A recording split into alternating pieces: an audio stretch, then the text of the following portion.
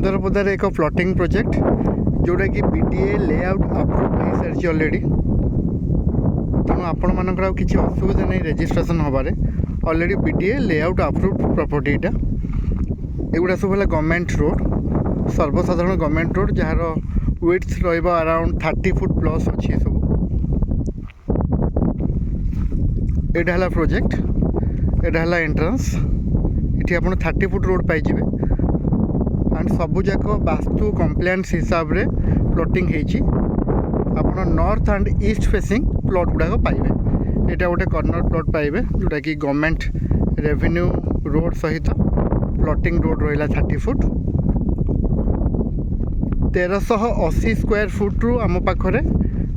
2050 square foot पर्यंत 8टी plot अच्छे available.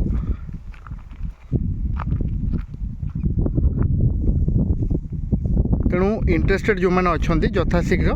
Contact करूँ नंबर दि जाए स्क्रीन रे इजी बैंक फाइनेंस हो पार जेकोसी आप गवर्नमेंट बैंक रू नहीं पारे टोटाल 8टी प्लॉट अच्छी ए साइड रहा आपणकर 5टी प्लॉट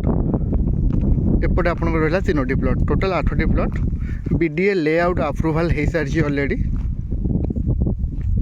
सुंदरपदा क्षेत्रपाल मौजार अच्छी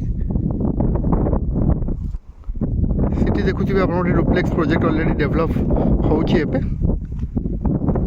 भी डुप्लेक्स प्रोजेक्ट काम चली माटी पड़ी काम आरंभ हो।